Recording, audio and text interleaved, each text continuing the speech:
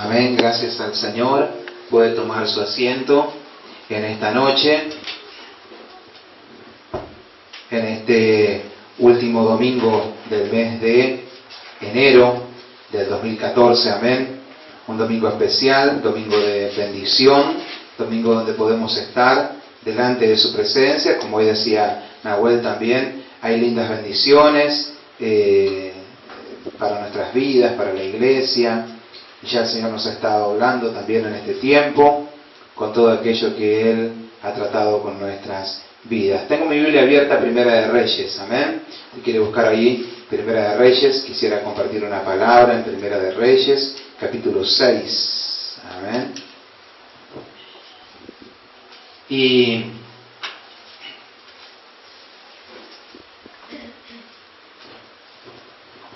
felices en Dios, porque realmente está siendo un año de bendición. Gracias a Dios se está terminando el saloncito de acá al lado. También ya el jueves agradecíamos, también por la vida de don Cañete que estuvo edificando ahí, y por todo lo que se está haciendo. Amén. También esta semana estuvieron llegando los periódicos del pueblo elegido, aquellos que por ahí le faltó que yo le entregue. Todavía quedan algunos, quedan 4 o 5, quedan los últimos. Aprovechen, amén, a no perderse, y si tiene alguien para llevarle, llévele, es una bendición. Nosotros no vendemos el diario, se lo regalamos, pero que usted lo siembre en un alma, amén, que sea de bendición. Sale Sauce otra vez nuevamente, y como ya casi que es costumbre, cuando que antes la gente preguntaba ¿dónde está Sauce?, ahora sale en grandes planas, hecho histórico en Sauce, y por ahí sale la foto de algunos de nosotros cantando y alabando al Señor en aquel lugar, amén. Entonces estamos contentos en Dios, y es porque Dios está trayendo un mover especial sobre nuestras vidas, amén. Entonces es un tiempo de bendición. También una de las cosas que me vino esta semana, que no pensábamos, es el libro Cuentos que no son cuentos, de José Luis y Silvia Sinelli. Nos llegaron una camada, ¿no es cierto? No mucha cantidad, pero esos libros tienen algo que ver con algo que se está ministrando también estos pastores, estos siervos de Dios, con el tema del abuso infantil, de lo que es la trata infantil y el abuso de niños. Y este libro es un libro que lo auspicia la Gobernación de Corrientes, pero que está hecho por pastores, por siervos de Dios cristianos, ¿no es cierto?, que trabajan con la UNICEF y tienen un proyecto de parte de Dios. Y de eso es de lo que yo quiero hablar en esta noche, de los proyectos de parte de Dios que Dios brinda para nuestras vidas. Ellos tienen un proyecto a 10 años, y es bajar el índice de abuso infantil. Bajar el índice de abuso infantil. Hoy en día ronda alrededor de cerca del 40% de niños abusados. Es decir, que casi 4 personas de cada 10 hay un niño que es abusado. Entonces esa cifra nunca se revirtió en la historia,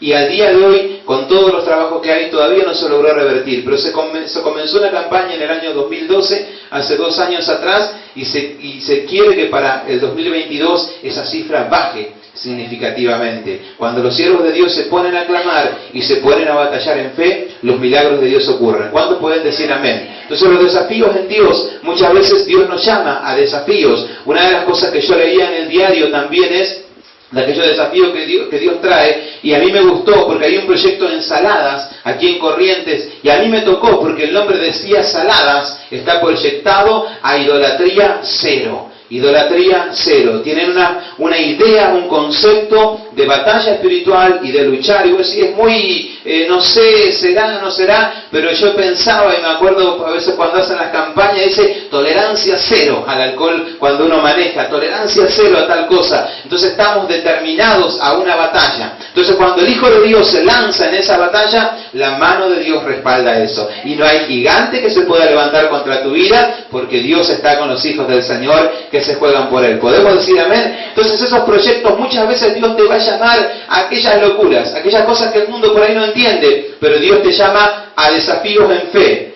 a moveres de Dios en fe. Y eso es la palabra en esta noche. No es muy larga la palabra, pero sí una palabra de parte de Dios para tu vida. Y Sauce también está siendo parte de ese mover de Dios.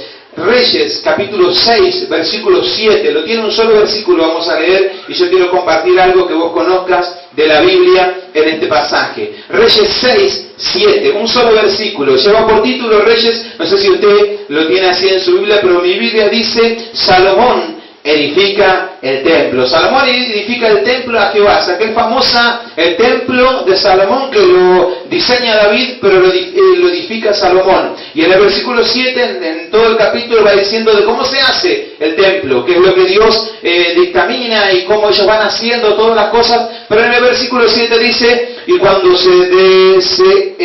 se edificó la casa, es decir, la casa de Dios, la casa del Señor, la casa de Jehová, cuando se edificó el templo, cuando se edificó la casa, la fabricaron de piedras que traían ya sacadas, de tal manera que cuando la edificaban ni martillos ni hachas se oyeron en la casa, ni ningún otro instrumento de hierro. Amén. Hasta aquí la palabra. Yo no sé usted, pero yo me crié en un ambiente de albañiles. Mi familia son todos albañiles. Desde chico yo ya estaba ahí entre la cal y los cementos. Tengo mi papá que es albañil, mis abuelos que son albañil, mi hermano que pertenece a la rama de la construcción, y hasta el día de hoy a veces me voy y para tirarme una canita al aire hago algún trabajo también ahí en la construcción. Pero es un ambiente tan que lo conozco, que siempre me moví en ese lugar entre la cal, el cemento, la arena, el polvo, y sabes que cuando están los albañiles la gente comienza y tiene contento, pero ya lo último ocurre siempre, ¿no es cierto?, que la gente dice, ¿cuándo se van a ir? Porque la tierra, y aquellos que están construyendo saben, y eso pasa siempre, en 1000 casas que hemos construido, o que yo he trabajado, o que he participado en la construcción, y algunas que edificaron mis familiares, y otras que yo he trabajado solo, tengo tíos, abuelos, todos trabajando en la construcción, y siempre pasa lo mismo. Llega el último y dice, ay, ¿cuándo se va a terminar? Y llega el momento y bueno, después se ponen contentos todos, pero hay unas luchas y hay un trabajo, hay una ideología de trabajar en la minería donde hay tierra, donde hay ruido, donde hay golpes, donde hay martillos. Yo creo que cuando el Señor creó al albañil ya le creó con un martillo en la mano. ¿Sabe que cuando mi papá descansa unos días, agarra un martillito para estar haciendo algo un poquito, empieza a golpear, tiqui, tiqui, tiqui, tiqui, porque no puede estar sin golpear algo? Parece que toda la vida estuvo con el albañil, ya entra con un martillo, y comienza a golpear, porque comienza a picar y a hacer aquellas cosas, ¿no es cierto? Y la albañilería se maneja una idiosincrasia, una forma de trabajar y una idea. Me acordaba, había un chiste, ¿no es cierto?, que dice que había una familia que estaba tratando de terminar su casa y siempre encima se amplían cosas y falta el cemento y falta esto y falta el otro, y bueno, y esta familia termina edificando su casa y ellos no estaban viviendo ahí y deciden edificar una piscina. Dice, queremos hacer una piscina, y le mandan a hacer a los niños también una piscina para tirarse unos trampolines, y el hijo le dice, era Jaimito, el hijo de la dueña de casa, y le dice, mamá, quiero ir a probar la piscina. Dice, quiero ir hoy, mamá, déjame ir a probar. Pero todavía no terminaron. Dice, bueno, yo quiero ir, mamá, quiero ir a probar, porque hoy ponen el trampolín de 5 metros. Le dice, sí, bueno, dice, anda, hijo, pero tené cuidado. Dice, por favor, no te vayas a lastimar. Y hacía calor, como hace calor aquí en Sauce. Y vos sabés que se va Jaimito y se tira de la piscina y anda por ahí, y después a la tarde viene a la casa y le dice, llega todo golpeado a la casa, y la madre le dice, pero mirá cómo te golpeaste, mirá, te dije que tengas cuidado, te dije que tengas todo golpeado y todo moretoneado. Y al otro día le dice, mamá, quiero ir de vuelta a la piscina, quiero ir, mamá, quiero ir. Le dice, ¿por qué querés ir? Porque hoy ponen el trampolín de 10 metros, van a poner el trampolín. Yo quiero ir, mamá, quiero ir. Y le dice, hijo, andá, pero tené cuidado, por favor, va. Dice, a la noche llega Jaimito, otra vez todo golpeado, así que rengo medio mal quebrado, el ojo moretoneado, y le dice, viste que te dije que no tenías que ir, viste que te dije que no tenías que ir. Bueno,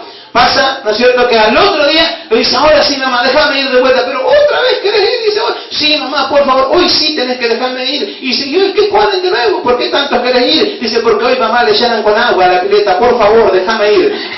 Entonces la gente está tan apurada a veces que cuando quiere terminar ya se quiere meter y estamos ahí. Pero eso siempre pasa en la albañilería, y siempre hay. Por eso este pasaje tal vez a usted no le parece muy notorio, o no le parece muy extraño, o tal vez sí, pero dice la palabra del Señor que Salomón fue un siervo de Dios tremendo, un hombre que sabía edificar, sabía construir, y que hizo grandes construcciones. Dios lo guió, dice que Dios le dio sabiduría al rey Salomón, y fue un rey sabio que disertaba hasta de las plantas que crecían en la pared, y hacía grandes construcciones. Entonces él sabía lo que estaba haciendo. A mí me llama la atención que cuando él va a edificar el templo, él hace algo, y él les dice a los albañiles que no causen ruido.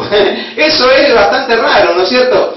Que no se escuche ruido de martillos, ni de palas, ni de hachas. Las hachas eran hachas especiales, no son hachas comunes, ¿no es cierto?, sino que son hachas para romper la piedra, y que eso no se escuche, que ese ruido no se escuche en el templo. Entonces Salomón diseña una táctica de trabajo donde ese ruido no se escuchara en el templo. Lo hace a propósito, lo hace adrede, y él sabiendo lo que estaba haciendo. Entonces cuando uno ve eso, uno ve algo extraño, pero uno que es hijo de Dios tiene que entender que hay una actitud profética, que hay un mover profético, y que por algo Salomón lo estaba haciendo de esta forma. Y yo en esta noche yo te quiero compartir sobre esto. Cuando uno va a la palabra de Dios, y muchas veces, ¿por qué Salomón hizo así? ¿Por qué él quiso de esta forma? Que no se escuchara ruidos de martillos ni de hachas en aquel lugar del templo. No había nada de malo en que se escuche, porque cuando se trabaja se suele hacer ruido. Es más costoso no hacer ruido que hacer ruido, ¿no es cierto? Entonces, dice la Biblia que eso fue lo que él procuró. Ahora, cuando nosotros vamos en el Antiguo Testamento, hay otros pasajes que tal vez usted si algún día lo encuentra, léalo, cuando habla sobre las ropas de los sacerdotes. ¿Sabe que las ropas de los sacerdotes de Dios tenían una forma especial, tenían una tela especial, y tenían una manera que Dios quería que se haga de cierta forma? Y cuando usted va a la tela de los sacerdotes, con los colores y con todas las cosas, una de las cosas que Dios le manda es que la hagan de cierta forma y con cierta tela que al sacerdote le cause lo mínimo, si no nada, de sudor o transpiración. Que el sacerdote no debía transpirar, tenía que tener una ropa especial. Entonces cuando uno va a esa palabra, dice, ¿por qué? ¿Será que era interpretación que el sacerdote no trabaje o que no haga esfuerzo? No.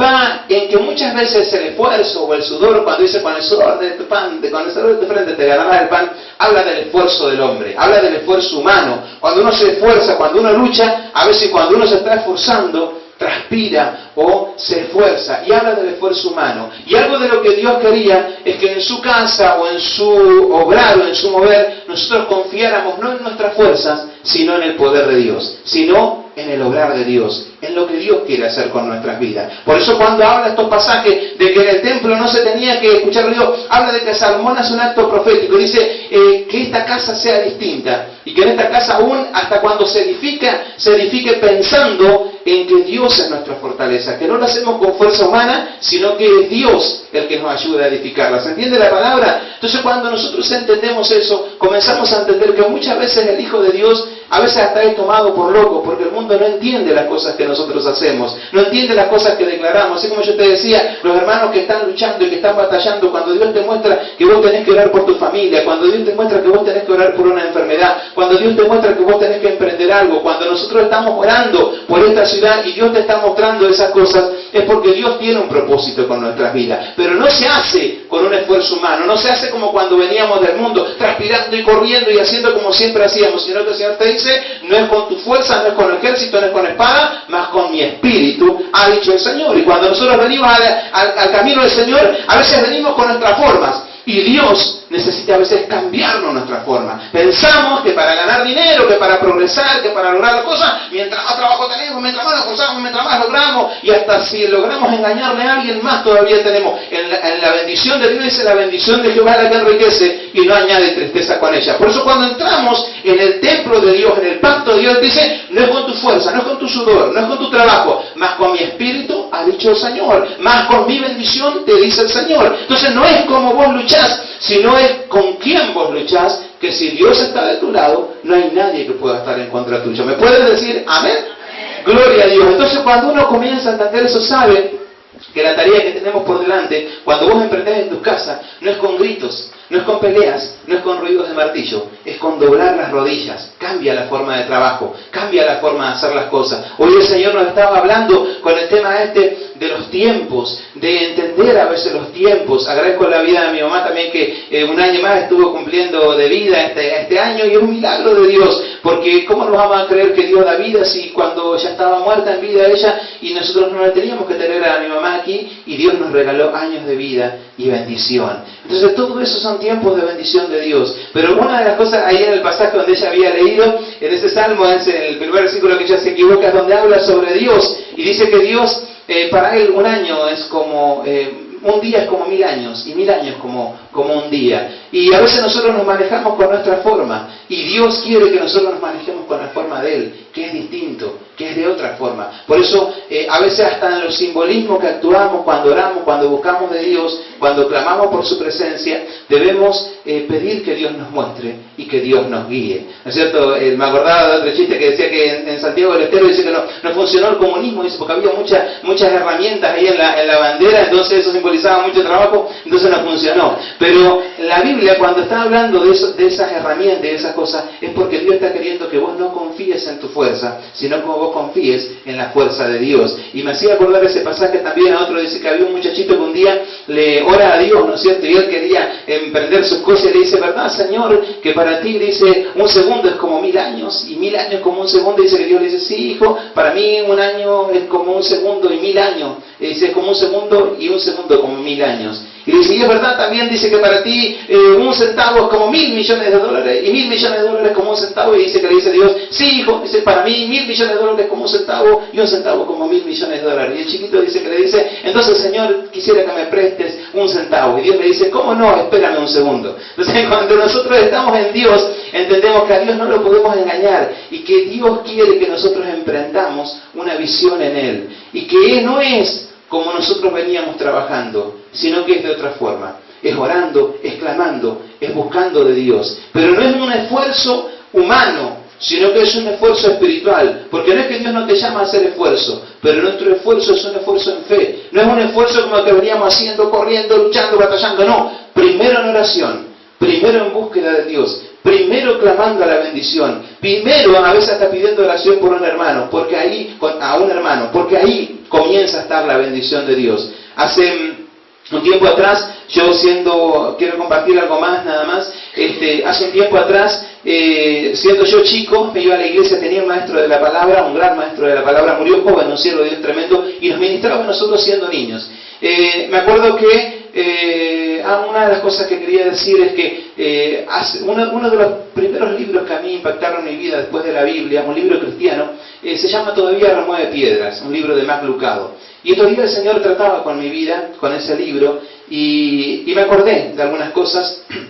Fue un libro revolucionario para mí, pero el Señor trató con mi vida de otra forma. Y una de las cosas que el Señor traía a mi mente era, siendo yo chico, con aquel hermano, aquel siervo de Dios que nos ministraba, y siendo muchos niños, nosotros nos instruían en la palabra, así como lo de la escuelita le instruyen a los niños. Y me acuerdo que una vuelta yo había visto una película, tenía 7, 8 años, 9 capaz, miré una película donde Jesús predicaba y al terminar, creo que se llama Jesús de Nazaret, no sé qué película era, Jesús besaba la Biblia, termina, y me llamó la atención porque Jesús besa la Biblia, ¿no es cierto?, en la película, y yo le dije al maestro, ¿verdad que Jesús besaba la Biblia? Y me dice aquel maestro de la palabra, ¿y de dónde sacaste eso? Me dice, lo vi en la película, le digo yo, de verdad. Me dice, mirá, está linda la película, está bien, pero vos sabés que la Biblia no dice eso, nunca dice que Jesús haya besado la Biblia, ni mucho menos cuando él la leía, sí, la leyó varias veces en el templo, pero no dice que Jesús haya besado la Biblia. Y desde ese día yo aprendí algo, y empecé a buscar en Dios aquellas cosas que estaban en la Biblia, o que a nosotros nos parecía que Dios había hecho, que Dios había mostrado,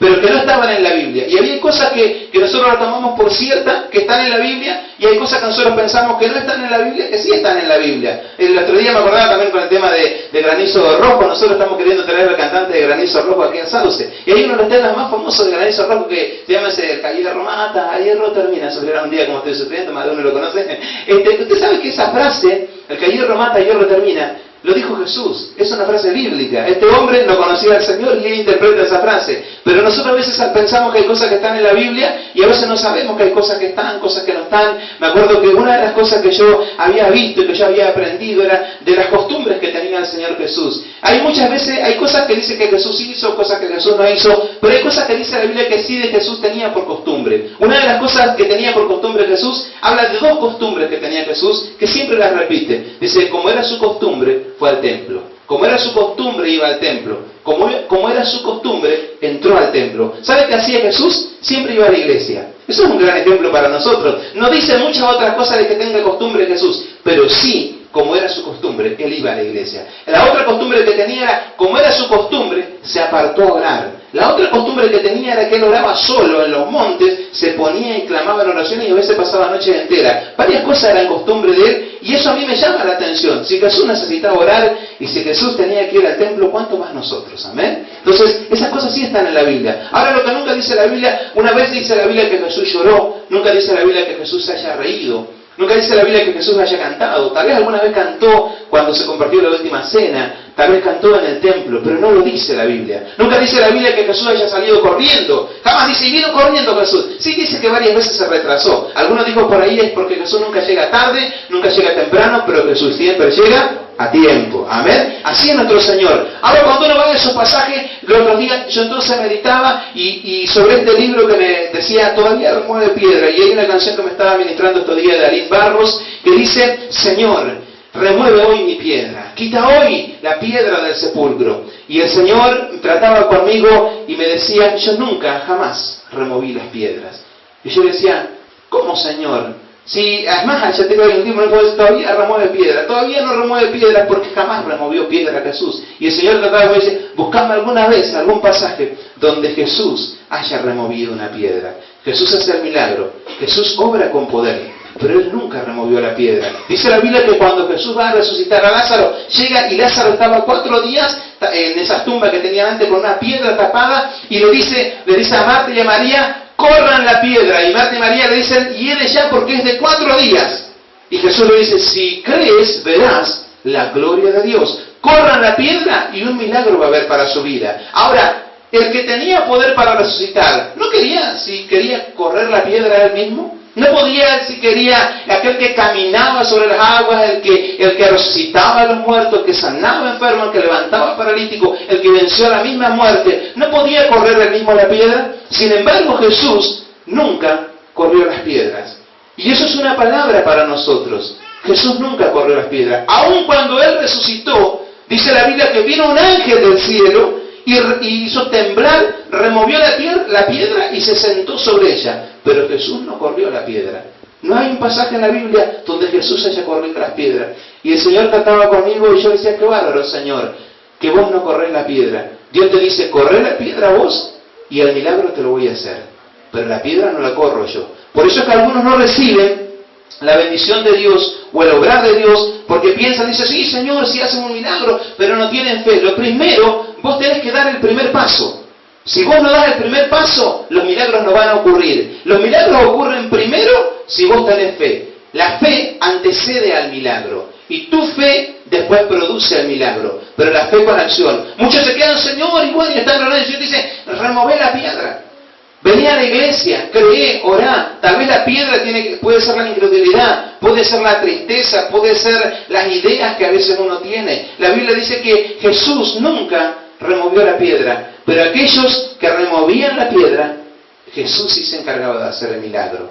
Por eso en este tiempo Dios a veces nos llama a un esfuerzo espiritual, a declararnos en fe y en esfuerzo espiritual. Remover la piedra es tal vez venir a la iglesia, es clamar, es orar, es emprender algo, es decir, Señor, me determino en fe. Por eso tu esfuerzo, te estaba diciendo hoy, no es carnal, no es con una transpiración normal, porque nunca fue así. No es decir, yo voy a correr y voy a hacer, y lo voy a traer a mi hijo de los pelos aquí a la iglesia. No, es con oración, no es con grito, no es con ruido de martillos, no es con ruido de palas, y así hacíamos antes, así se hacía antes, pero en Dios es distinto. En Dios es distinto. En Dios es orando, clamando, buscando la bendición de Dios. Y cuando buscamos la bendición de Dios y nosotros corremos todas las piedras que el enemigo quiere poner delante de nuestras vidas, el milagro de Dios viene sobre nuestras vidas. A veces muchos dicen, sí, anda, ora por mí, qué sé yo. Y el Señor te dice, no, vos tenés que venir. Vos tenés que venir. Tenés que remover la piedra, tenés que caminar hasta el templo. Y cuando viene que te pesan los pies, vos decís, Señor, ahora ya no puedo más. Y vos estás removiendo la piedra. El Señor te dice, remové la piedra y el milagro va a venir para tu vida.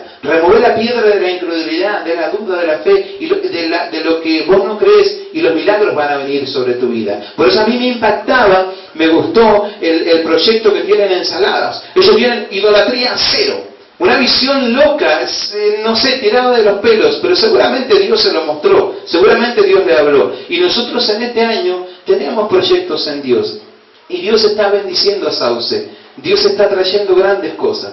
Quiere Dios que nos juguemos por Él en fe, que corramos la piedra de la duda, de la incredulidad o de cualquier cosa que quiera venir, y los milagros de Dios van a venir sobre nuestras vidas. ¿Podemos decir amén? Yo quería simplemente compartir esta palabra. Hay muchos proyectos que tenemos para este año, ¿no es cierto? Para este comienzo de año hay visitas que van a venir, ya estos días vamos a ir largando, y el desafío es para todos, que usted se ponga en Dios, que usted venza, que usted gane, que usted conquiste, que usted se lance en fe, ¿no es cierto? Y que si usted tiene que batallar una batalla en su casa, en su hogar, en su familia, o con un material, con un dinero que usted quiera conseguir, no batalle como carnalmente, batalle espiritualmente, y la bendición de Dios va a venir sobre su vida. En su familia, no batalle carnalmente, batalle espiritualmente, y la bendición va a venir sobre su vida. En su matrimonio, no batalle carnalmente, y la bendición de Dios va a venir sobre su vida. Se lo dice una persona, nosotros gracias a Dios tenemos un matrimonio de hace 14 años con Yoli, pero siempre en oración. Siempre en oración, luchando y batallando. Y a veces hay discusiones, o a veces por ahí no nos ponemos de acuerdo, y reprendemos el espíritu de discusión entre nosotros, y hablamos y hasta que nos ponemos de acuerdo. Amén. Pero así tiene que ser. Y usted tiene que batallar en fe en su hogar, en su familia, porque Dios tiene victoria para darle. Amén. Y en este tiempo, batalle en fe. Espero que esta palabra te sea de bendición. Amén. Yo te invito a ponerte de pie, que el Señor pueda bendecir tu vida. Amén. Y que pueda tocar tu corazón, que vos puedas vencer toda obra del enemigo. Si vos querés ponerte de pie, si vos querés orar, si vos querés sentarte, parar.